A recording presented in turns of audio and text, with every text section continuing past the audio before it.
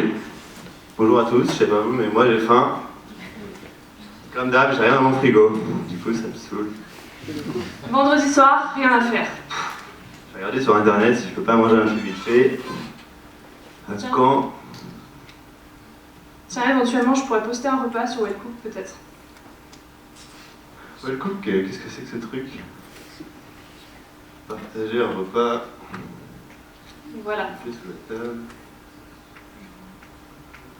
Un barbecue. Ah non. À 800 mètres, je peux aller voir Émilie qui fait une salade roquette. Ça marche, je vais essayer. Déjà une réponse? Bonjour. Avant de commencer, qu'est-ce que c'est Wellcook? Mais c'est vrai, c'est quoi Wellcook?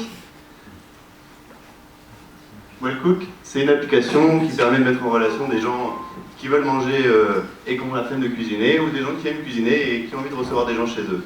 Alors il y a deux objectifs. Soit on peut mettre les pieds sous la table, et dans ce cas-là, on n'a rien à faire, on prend l'application, en 3 clics, on est géolocalisé, et on regarde autour de nous, est-ce qu'il y a des personnes qui proposent un repas. Ou alors si on est plutôt cuistot et qu'on a un peu trop de bouffe chez soi, qu'est-ce qu'on fait? On se connecte, on propose un repas, et là, on a 3 choix. Bonsoir. Pour rémunérer votre hôte, 3 solutions. Une contribution financière, vous arrivez avec 2 € en poche. Deuxième solution, vous apportez un ingrédient pour compléter le repas, un complément, un dessert, une bouteille de vin, pourquoi pas. Ou enfin, vous lui proposez vos services, une aide en cuisine ou autre service. Donc pour valider ce projet, ce qu'on a fait, nous, c'est une enquête marketing. On a construit un questionnaire avec des questions qui nous ont semblé pertinentes et on l'a diffusé. Donc on l'a diffusé sur les réseaux sociaux et on est aussi allé sur le terrain. Donc on a questionné les gens du Startup Weekend, donc il y en a certains qui doivent s'en souvenir. Et on est aussi allé ce matin au marché de Caen pour essayer de questionner des gens d'un autre âge, un peu plus avancés. Du coup, Les seniors. justement, si vous êtes là, c'est que vous êtes jeune.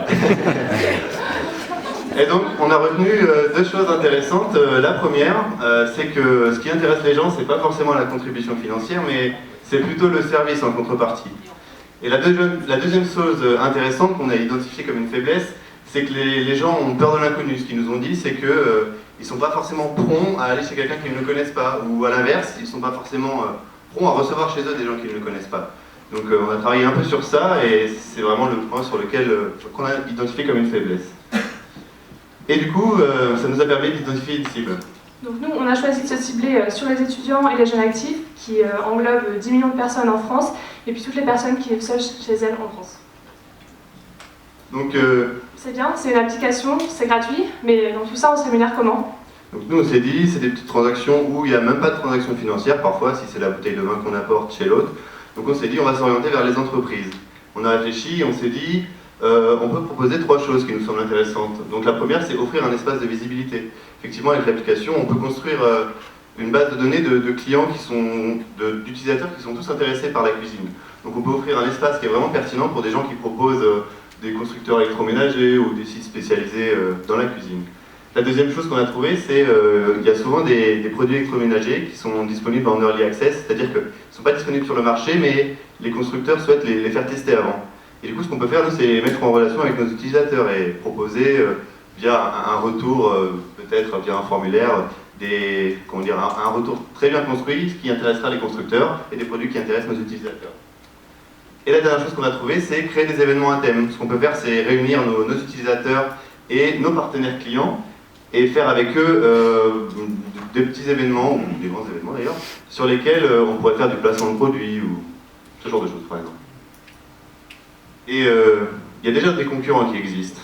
Oui, en effet, donc on a observé 2 principaux concurrents, Bien Dîner chez nous et Cookony. En fait, nous, on va se différencier sur 3 points. Le prix, déjà, nous, on est complètement gratuit, alors que nos concurrents vont prendre une marge sur les repas. Enfin, on va développer un esprit vraiment de communauté via les réseaux sociaux, avec la création d'événements. Et dans un 3e temps, on a une application qui est très pratique, qui est facile, c'est instantané, donc où vous soyez, n'importe quand, vous pouvez l'utiliser et vous n'avez pas besoin d'être chez vous pour vous en servir, vous pouvez détecter quelqu'un qui veut proposer un repas très rapidement. Et comme on est nouveau, il faut qu'on se fasse connaître. Donc ce qu'on a identifié, on a un public essentiellement jeune, on l'a dit, donc les réseaux sociaux, et évidemment la presse et les sites spécialisés pour toucher ceux qui sont dans le thème de la cuisine. Et aussi hors médias, par exemple les associations étudiantes ou les événements culinaires comme on peut trouver parfois dans les grandes surfaces.